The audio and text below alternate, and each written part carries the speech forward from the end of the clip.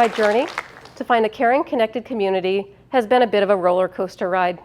Starting on flat ground, I'm feeling okay, and suddenly the car is picking up speed, and I'm down in a dense valley of fog, and then, whoa, I'm up to a peak where everything is crisp and clear. And when I'm in those dense, foggy valleys, my world is dimmed, and the edges are blurred. I'm socially and emotionally disconnected.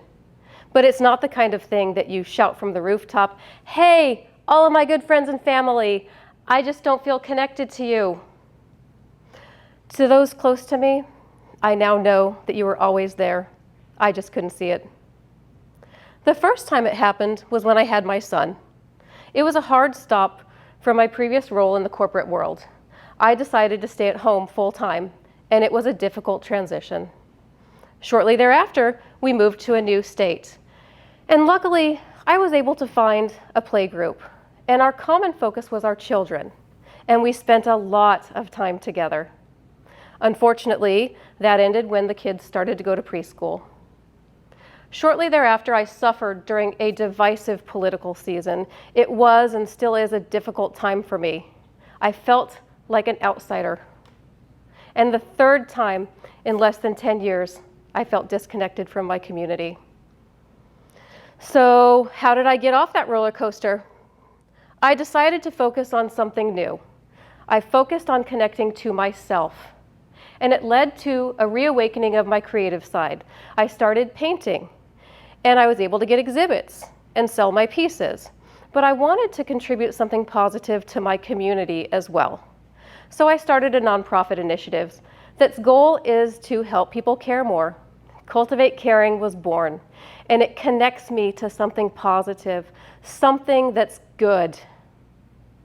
When I noticed that caring and the intention of caring connected me to the world, I started to think of caring as an acronym. C, compassion.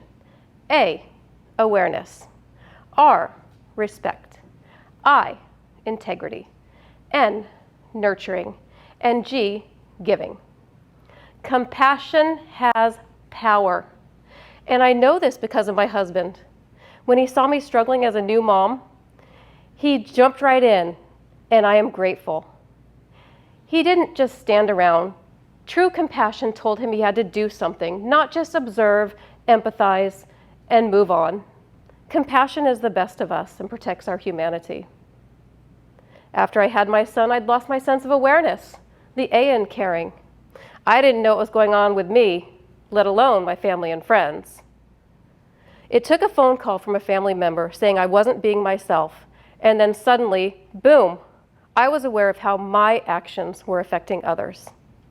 Next is R, or respect in caring. And I really hope that some of you heard Aretha Franklin when you heard that. R-E-S-P-E-C-T, find out what it means to me.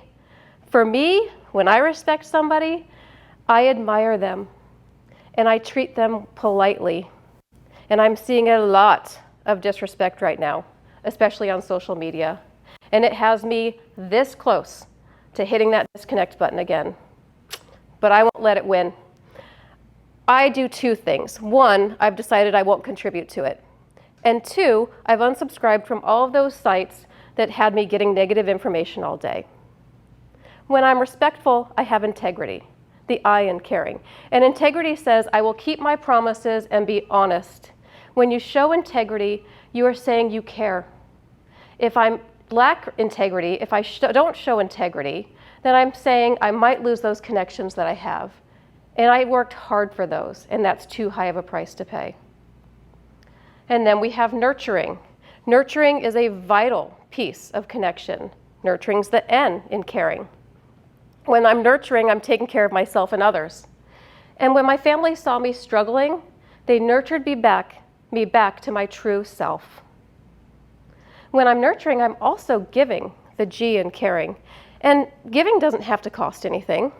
Giving is when I give you a friendly smile, a hug, or I help you when you're struggling.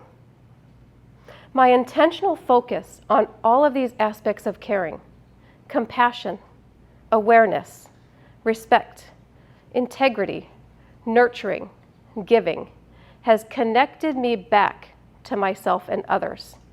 And after all, what is connecting but belonging to something? My intentional focus on caring has given me purpose, and there is hope in purpose. My purpose is to cultivate more caring. My hope is that you want more caring in your life too.